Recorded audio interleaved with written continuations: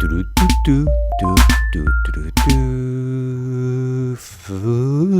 right, Trex, continuing my hunting of the Russell.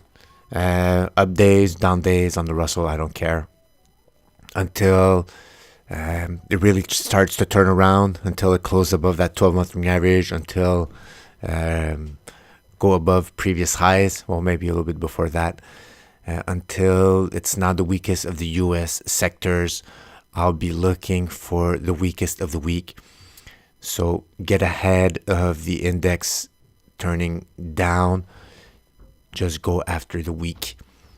There's lots of examples. GE, look at the GE. While the market was going up and up and up, GE kept going down and down and down. Well, not the best example because you don't want to be going long, going short a stock if the market's really going up.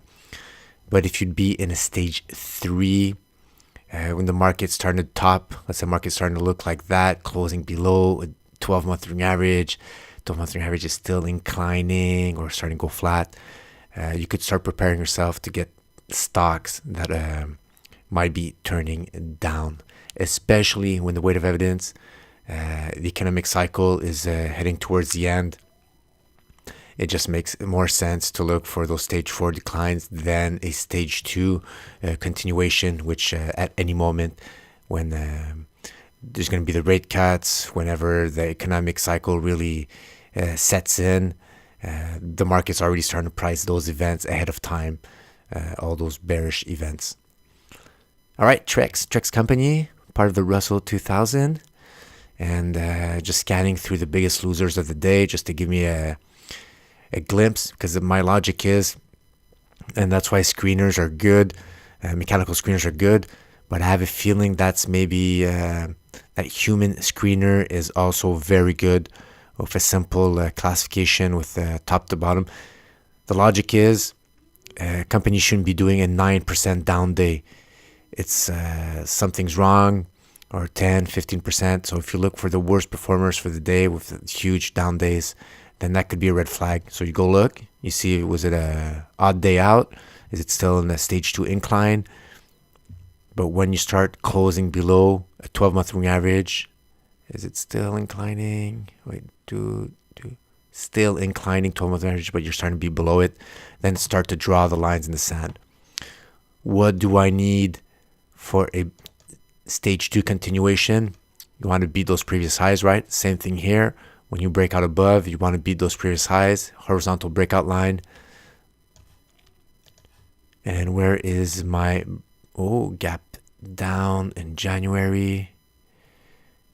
Here is my big pattern right here.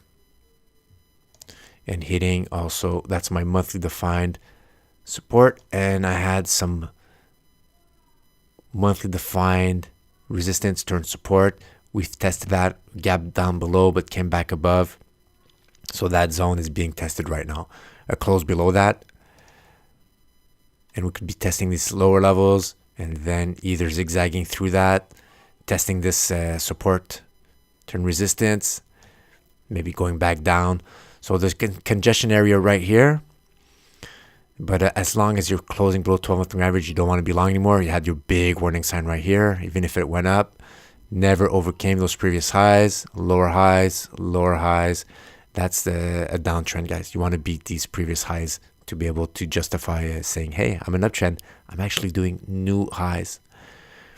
So this is how I'm imagining it here. Maybe just a wick above that support turn resistance once we close below it. And then after that, a retest of that more important pattern right there. And that's going to give me a big target of... Drum roll. Here's my greedy target. That's going to bring me all the way down here to about 19. And that's a nice congestion area right here. Those 2016 lows, haven't seen that in a while. That's a natural support. And we had a breakout right here. So we're going to go through that congestion area.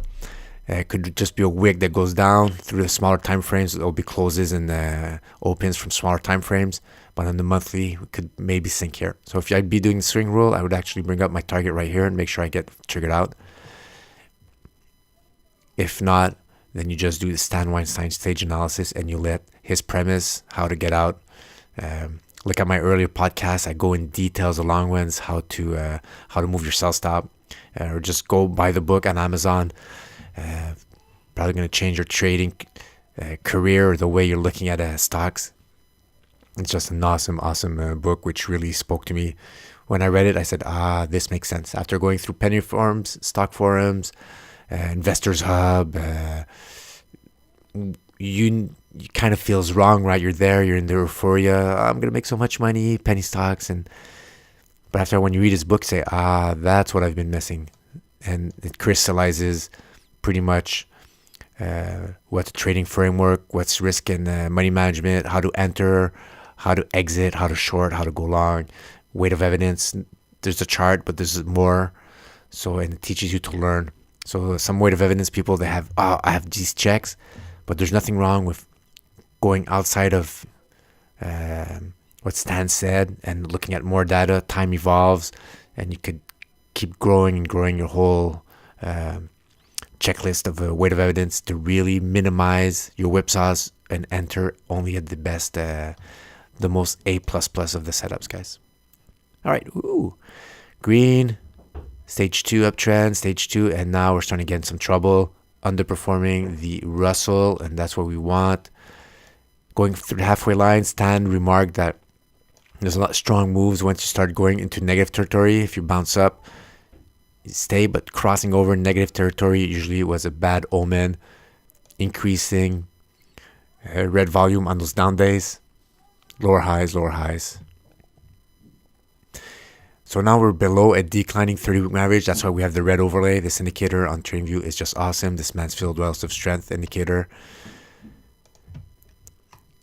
And what do we have here? This is my 12-month moving average line. Okay, so last week we closed below the declining 30-week average, but it's still kind of early because you want to see how you're going to react on these monthly defined support levels. There's no rush. Let's see if the week closes below that. March is going to end soon. See March close at least through that first line of defense, that wall, previous support and previous resistance and support. And let's see where we bounce. Let that 30-week moving average start catching up and then getting better risk-reward entries at lower levels. So having that declining 30-week moving average protecting you, that higher trend protecting you, having monthly defined resistance, support turn resistance. So for those bounces back up, those pullbacks, they'll get muted. They'll hit that monthly resistance, and then you could go down and test those lower levels. So nice entry possible right here. If we get it close below, wait for the pullback, make sure it holds on, and then when it starts turning back down, the pullback, you'll see that the Mansfield go up. And if it doesn't go back above zero line and goes back down, you're actually confirming that trend is valid, making lower highs. You know the drill. You're not into Ichimoku Cloud support. You went through it, blitzed it, cut like butter. Well, actually here, it pulled you back up. Then you're down. So these are the last line of defense. When I decompose a chart, you go slowly. You start by the 30-week average. Where are you relative to the 30-week average? And after that, where's my monthly defined support? That's important to go on the monthly chart.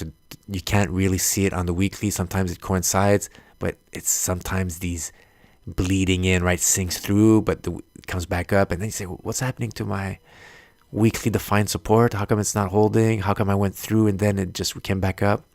Well, there's monthly defined support. The price action, the close of the month, really important to the market. And that's just noise for it, intra time frame noise, and just pulls it back up.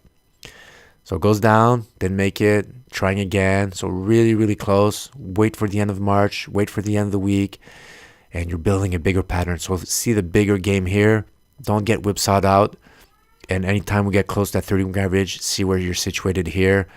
And you could probably start scaling in there once we've bounced back up closer to 30-week average.